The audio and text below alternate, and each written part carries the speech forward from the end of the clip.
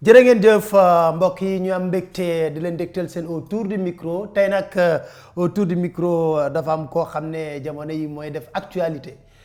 mu di kan Barthélémy Dias di maire Sacré-Cœur Mermoz Bart maa ngi lay nuyu. maa ngi lay fay Pape Alé di nuyu mbokki internautes yi suivre site Dakar Matin di la jaajëfee ak di la ndokkale tamit ci sa liggéey. jërëjëf Barthélémy coow li bari na trop. ndax wàllu littoral bi mais man li ma lay njëkk a laaj mooy yow sa commune lañ tabax siège APR nga taxaw nga ne amuñu këyit fan nga teg loolu. siège APR dañ ko tabax te amuñu këyit te président Macky Sall moom lay waxuma ci ak keneen te dama bëgg président Macky Sall tontu ci lu ma laaj su ci tontuwulee mooy qui ne dit rien consent mooy wax ci lu ci des yépp ay wax yu daanu saret la. ñu ne yaa leen bañ a jox këyit. non bañ ñu ma leen jox këyit dama ne man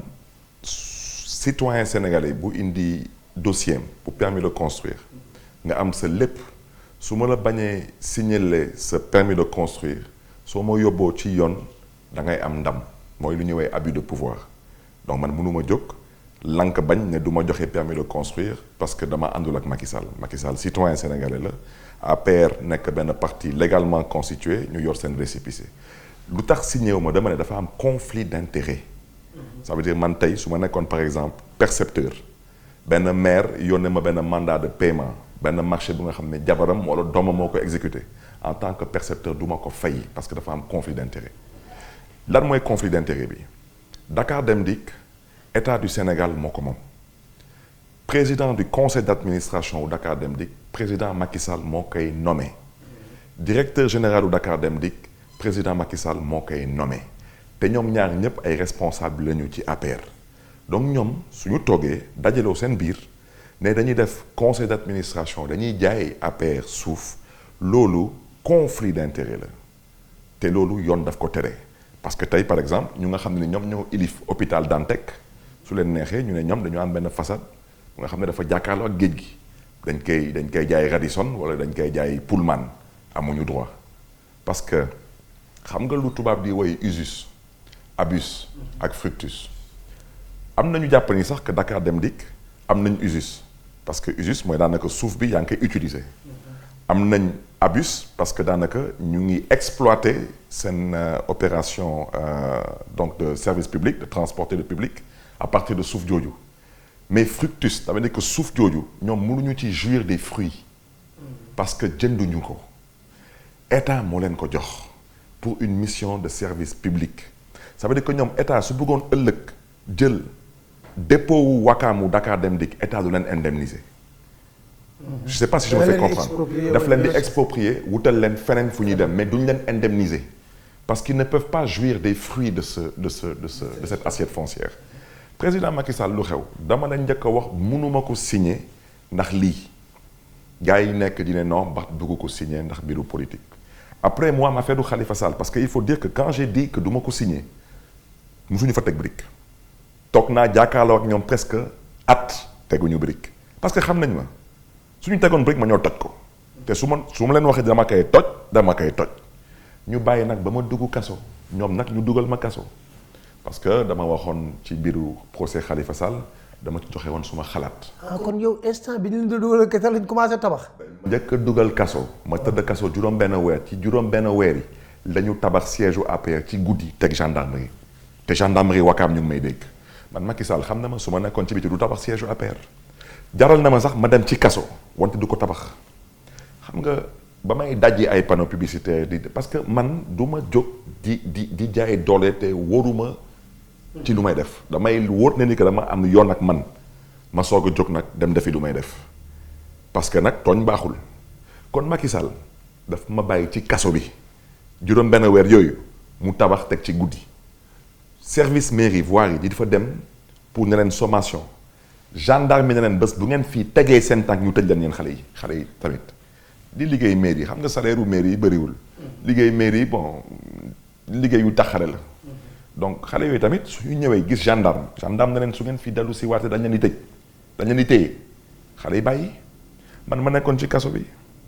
te maître Demba Ciré Bathily mu ngi may dégg c'était mon avocat moom ci boppam il a fait partie des gens qui m'ont demandé, qui m'ont conseillé me signer permis d'autorisation de construire ma lank ma bañ parce que dinaa ko mettre c'est des questions de principe déposer rek plainte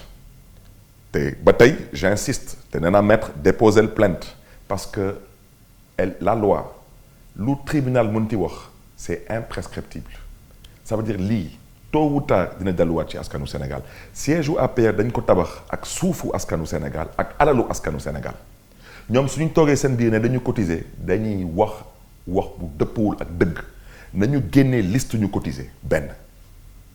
ensuite le notaire qui a fait la transaction je suis désolé c'est illégal te toutes les personnes qui ont eu à s'impliquer dans ça tôt ou tard ils ont à répondre devant la justice Dakar Dem Dikk su mënee jël suufam laa wax jaay ko mais lu tax état-major les forces armées nekk fële Dial Diop lu tax ñoom seen façade maritime bi mënuñu ko exploiter pourtant armée bi soxla nañ xaalis su ma juumulee militaires yi seen condition de vie et de travail des na waxuma les hauts gradés généraux yi ak colonels yi mante militaires yi ci suuf ñu ngi may dégg militaires yi ce sont pas des marines américains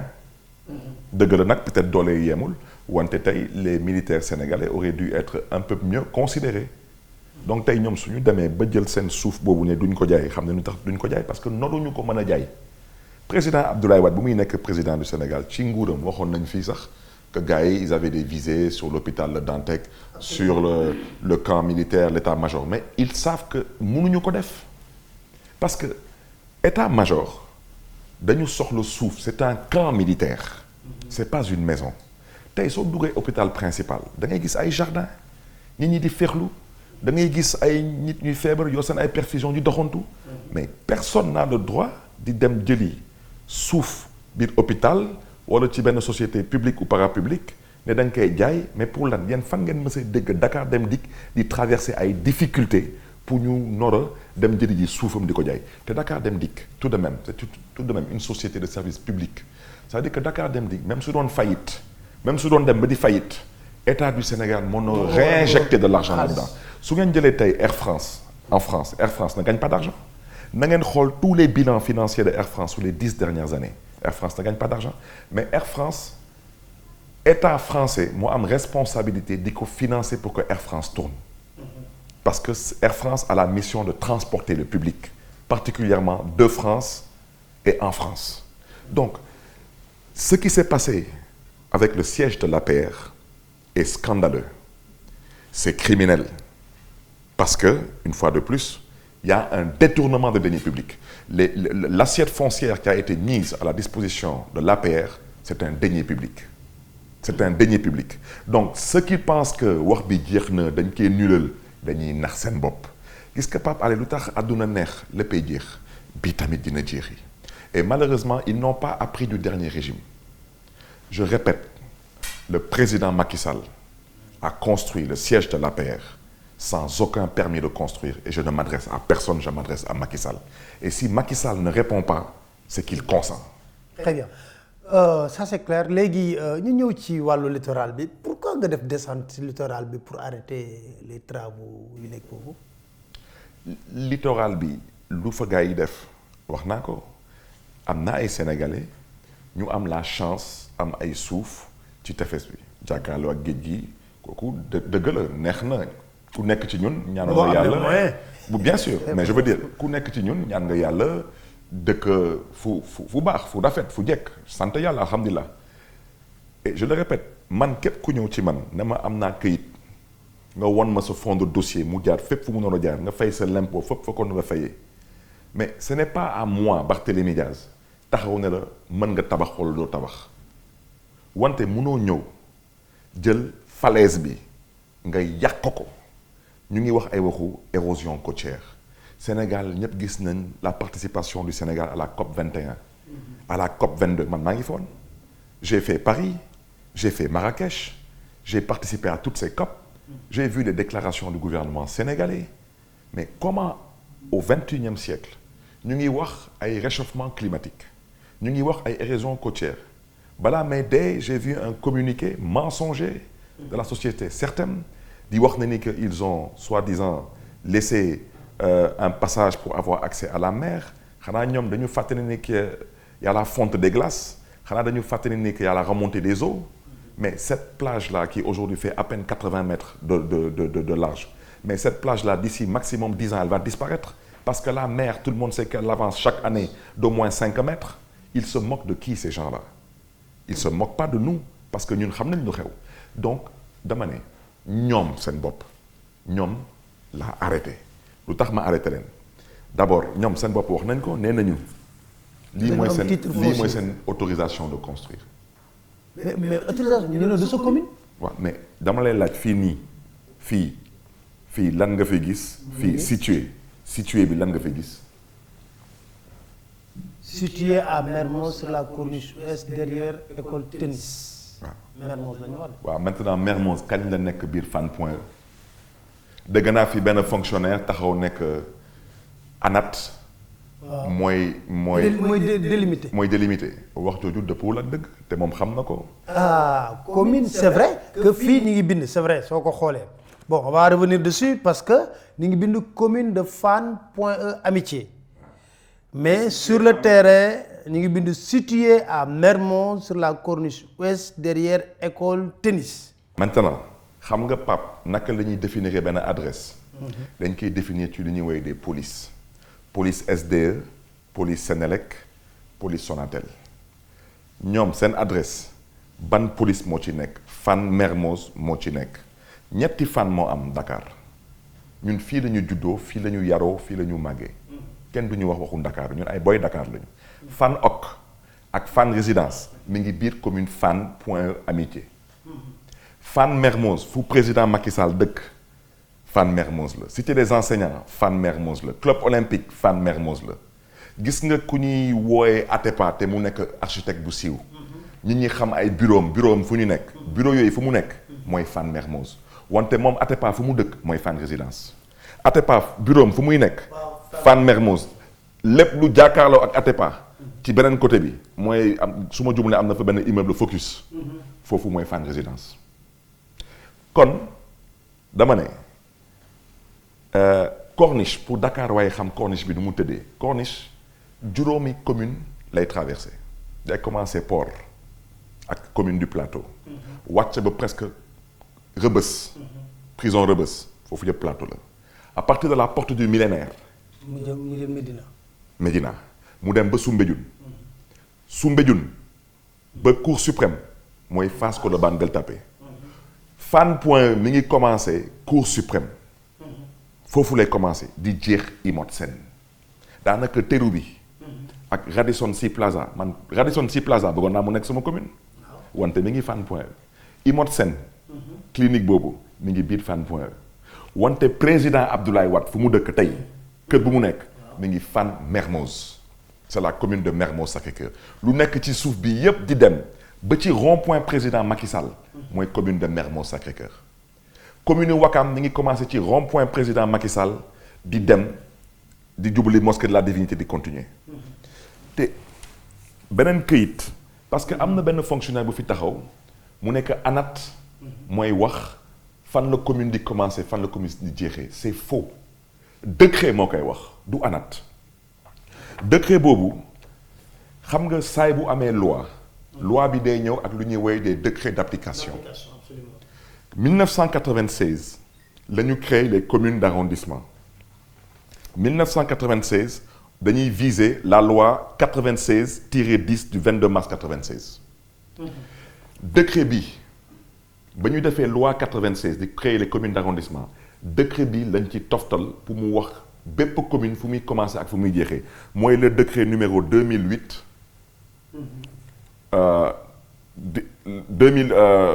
là le décret 2008 10 du 10 septembre 2008 mi ngi nii dañ leen ne la commune de Fann Point E Amitié est située sur la côte sud-ouest de la presqu'île du Cap-Vert dañu ne elle s'étend de Mermoz Sacré-Cœur au nord on n'a pas dit dans Mermoz Sacré-Cœur on a dit de Mermoz Sacré-Cœur au nord à Gueule Tapée Fass Colobane au sud au nord-est elle est limitée par la commune de Grand Dakar ñu ne la commune de Mermoz Sacré-Cœur est située sur la côte sud-ouest de la presqu'île du Cap-Vert elle s'étend de Ouakam au nord à Fann.e. kon yow fi nga dem nii foofu yow sa ñoo la ko gën a xam. gis nga Pape su ma fa demoon te aw ma fa woon lu ma fay def heure bi du ma toog fii gars yi maa ngi ci biir dañ ma xiif yow nu ñu la xiifee noonu la ma gars yi xiifee. mais léegi ba laaj la benn affaire kon ñoom lan lañ la porter plainte. non dañuy caaxaan. xam nga section de recherche. non xam nga jàpp sàcc. muy sàcc. wante nag mu nekk ponkal yor doole yor alal. il faut que mu xataraayu parce que gàcce bi moo ngi leen di bëgg a rey. waaw parce que mais xam nga man sax xam nga man ñoom sax waaw ñoom man ay sàcc lañu il faut dire la vérité ay sàcc lañu wante man ñoom sax ñoom dérangé wu ma man ñu ma dérangé mooy fonctionnaire yu nga xam ne ni ñoo def. ñooy jéem a défendre ñaawteef bi parce que lu ci gën a ñaaw Pape yow yaa ngi tudd d'abord Djibi Diallo boobu ñu ne dañ koy jox xam nga dañu ne gis naa benn communiqué ñu ne du dëgg Djibi Diallo amul 4000 mètres carrés ñu ne 2325 mètres carrés la am. ay kàcc la ngeen jéggal ma ci kàddu yi premier document bañ koy attribuer terrain ñu ngi koy attribuer 5000 mètres carrés. à usage mais mën a joxe sax nit 5000 mètres carrés. maa ngi ñëw mais dama lay expliquer parce que kii ce sont des experts en satchologie parce que yaa ngi may dégg xam nga 5000 mètres carrés nga bind à usage d'habitation xam nga maintenant man lan mooy la question parce que gis naa benn communiqué. société boobu certaine ñu nekk ci seen 5e paragraphe ñu nekk amul benn koppar bu jóge ci ñoom dem ci Djibi Diallo dañuy fen te maa ngi jéglu ci kaddu yi parce que dama bëgg a wax ji jëm ba ci justice bi man waxaguma te génnaguma lu ma am ci ay kayit gis que ñii suñu ma moytuwulee fii la ñuy jaar tëj seen société bi dem defi leneen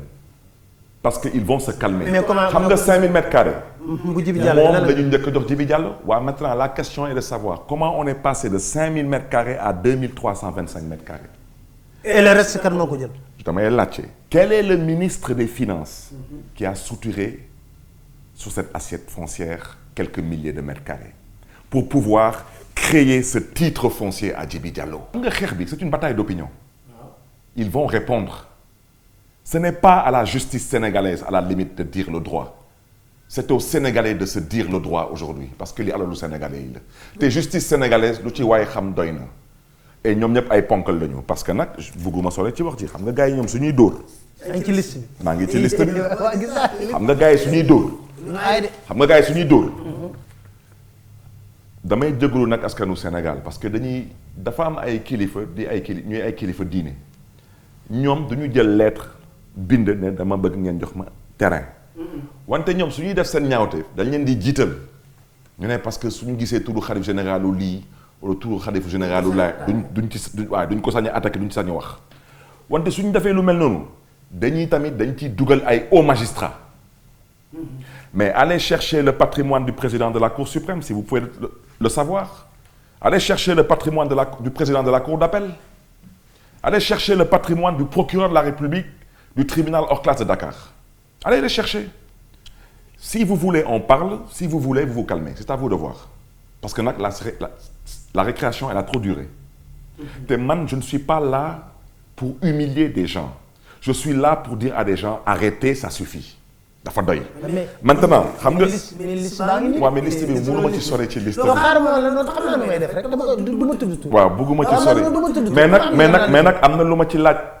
naa ko sax Sud FM. damay laajte numéro 10.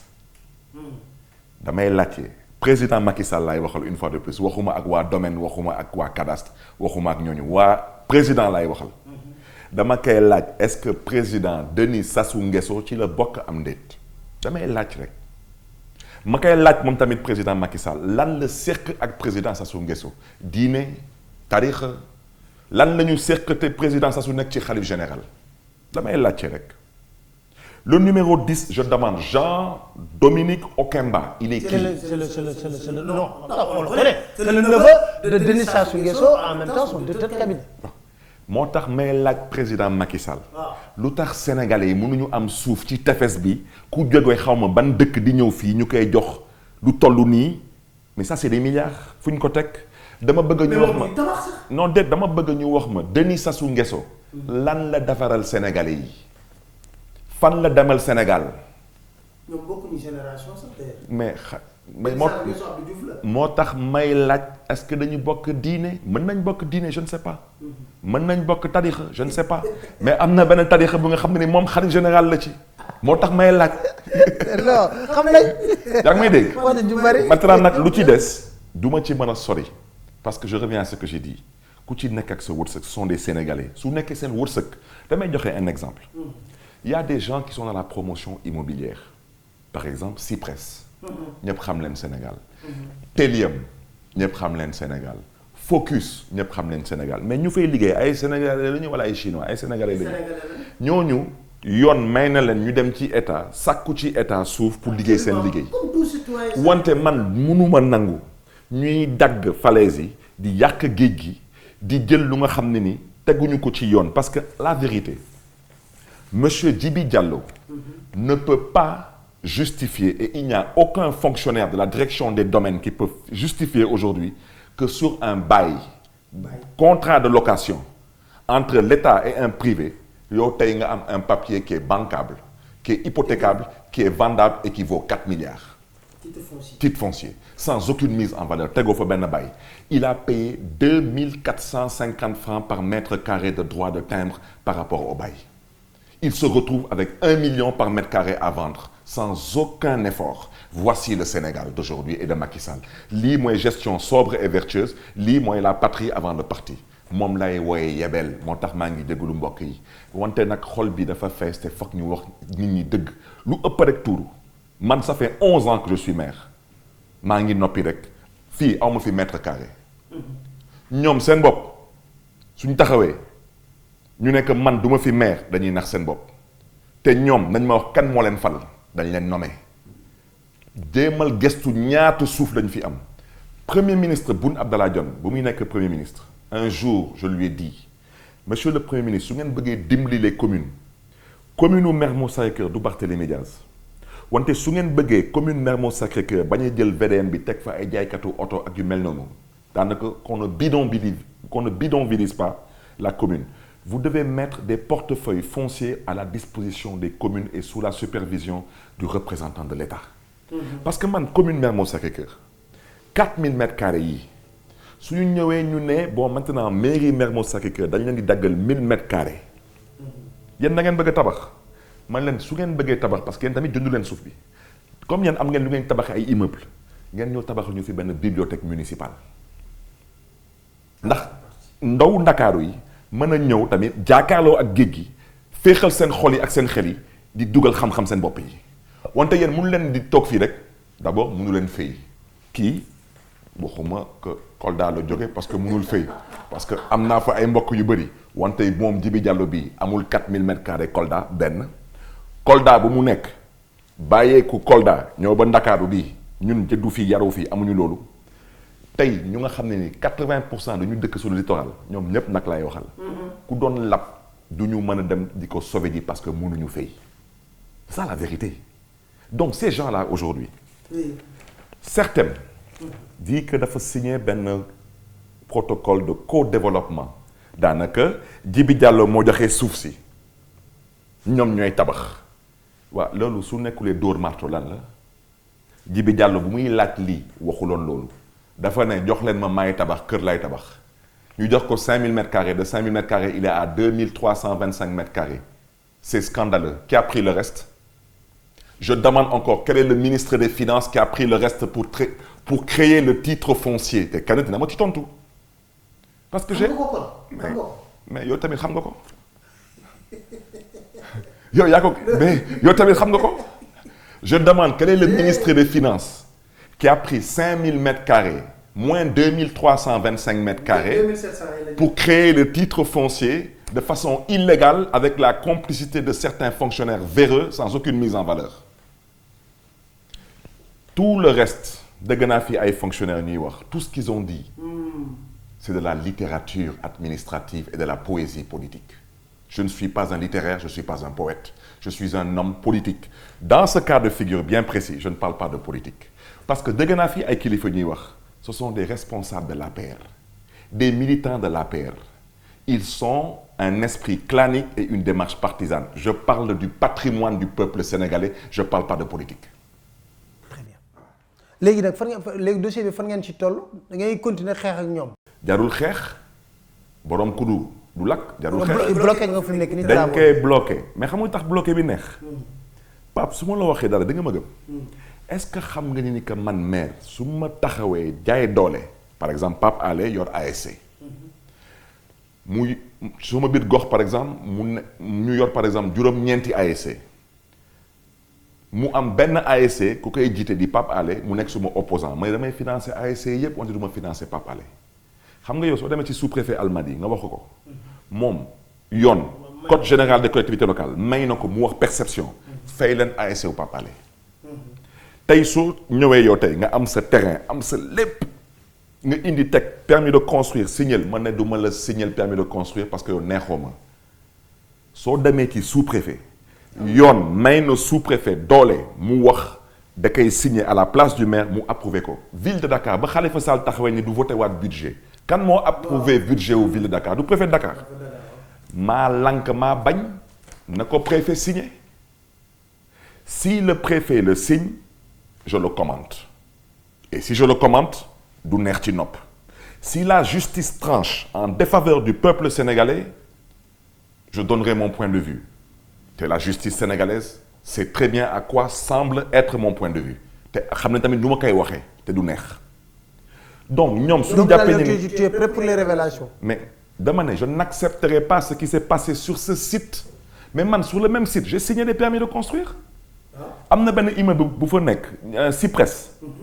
moo nekk juste ci kaw site bi sur le plateau man maa ko signé parce que Cyprès dafa ñëw indi dossier am yëpp am autorisation am yëpp naka laay taxawee ne leen du mu leen signé président Abdoulaye Wade fu mu dëkk kër bu mu dëkk noonu mais man mënu ma ñëw tey taxaw ne ko non kër ba mais parce que cette maison là elle ne bloque pas le passage pour aller à la mer donc il y a des conditions et puis c'est que qu'on le veuille ou pas Cyprès c'est un promoteur immobilier ou pas si bon fii am na beneen société bu fi nekk bu tudd voilà am na beneen société bu fi nekk bu tudd Océan View c'est de la promotion immobilière man maa ko signé sur le même site parce que dinaa la wax dara ci société bi bu ñu ñëwee Oumar Sow directeur de l'urbanisme mu may dégg je lui avais dit que lii du ma ko signé dafa ñëw avec le propriétaire de cette société je n'avais aucun argument pour lui dire lu tax du ma ko signé aucun assiette foncière bi yëpp dañ ko joxoon benn société bu tudd Mixta boobu xawma lu ñu xewlee lu fa xew mais daal dañ jaxasoo ak état retiré leen loolu defaat redistribution mais loolu état am na ci droit nangul naa leen ko wante ñëw mamel dagg mamel bi dem ci géej bi xotti falaise bi ça c'est pas permis lu tax ce n'est pas permis mi ngi nii gis nga xoolal mi ngi nii man je ne vais parler que de 3 lois je vais parler du code général des collectivités locales c'est une loi je vais parler du code de l'urbanisme c'est une loi je vais parler du code de l'environnement qui est une loi le code de l'environnement la loi numéro 2001-01 du 15 janvier 2001 article 69 alinéa 2 nee na seuls sont autorisés sur le domaine public maritime et fluvial virgule à titre d'occupation privative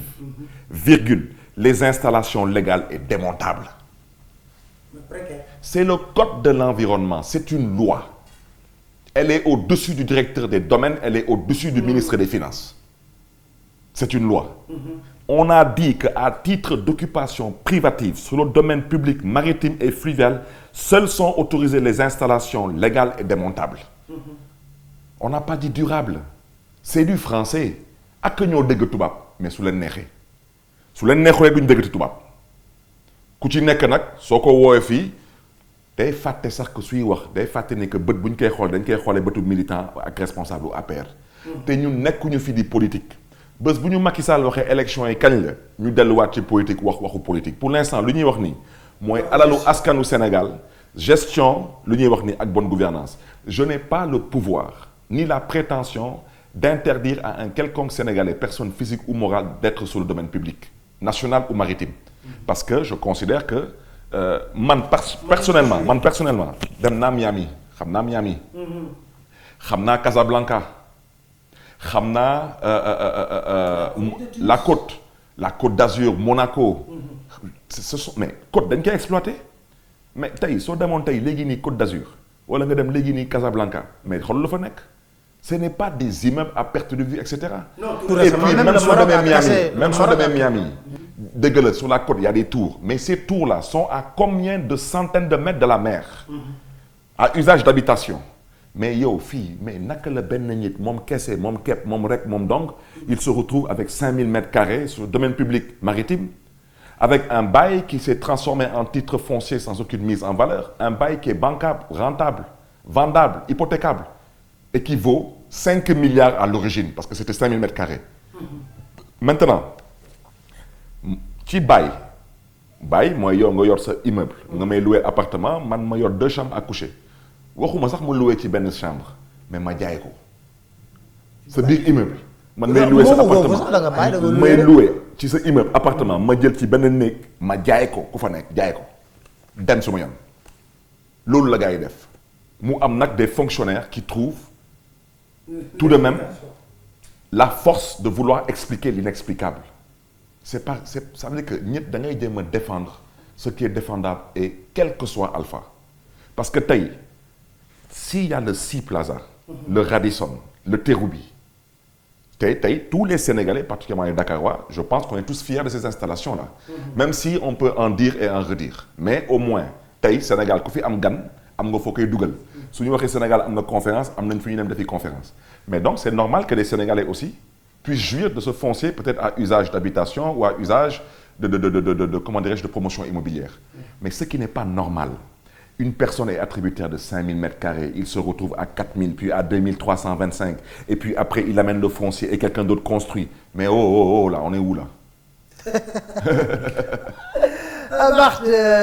vraiment maa ngi lay sant di la gërëm parce que lii laa sàkk woon ci yow nga ñëw indil ñu ay leeral yu am solo ci dossier bi c'est très important leeral yu ñu indil sénégalais yi mi ngi noonu nag wax naa leen nag toujours que combat bi du combat Barthélemy du combat Pape Alé bàyyi leen di délégué combat yi c'est des combats citoyens géej gi ñun ñëpp ci bokk ki yam mais nit ñoo xam ne li gars yi di wax rek yow boo foogee ne bu la takkalee ndox tànk nga ne les pieds dans l'eau te yow daanaka mënoo fi. day doy waar mais nag Pape balaa ngay daaneel dama bëggoon wax ci site boobu. nous allons nous battre pour que la jeunesse de Dakar particulièrement puisse avoir quelque chose. parce que ñoom def na lu ñuy def ba pare man dinaa ci waxtaan avec le maire de Dakar. Dakar amul bibliothèque municipale. amul fenn fu xale yi mën a dem tey toog di sàkku foofu xam-xam. di am ay livres di ko mën a gëstu xam nga internet du xam-xam. internet information la. xam-xam mooy des choses qui sont documentées qui ont été publiées qui ont été autorisées. Dakar ne peut pas aujourd'hui être une ville sans salle de cinéma sans heureusement sax que salle de cinéma yi on a pu voilà mi ngi dellu si waat mais le pays du président Senghor qui a même pas de bibliothèque municipale. Dakar doit avoir aujourd'hui on doit avoir un espace pour les jeunes moo tax lu ñu fa def ñoom comme ils ont commencé de 5000 mètres carrés wàcce 4000 ñëw 2325 ils vont donner quelque chose à la jeunesse de Dakar et c'est eux qui vont le construire. Inch'Allah. kon ma leen di sant di leen gërëm di leen dig daje ci beneen émission autour du micro ak beneen gan incha allah jërë ngeen jëf.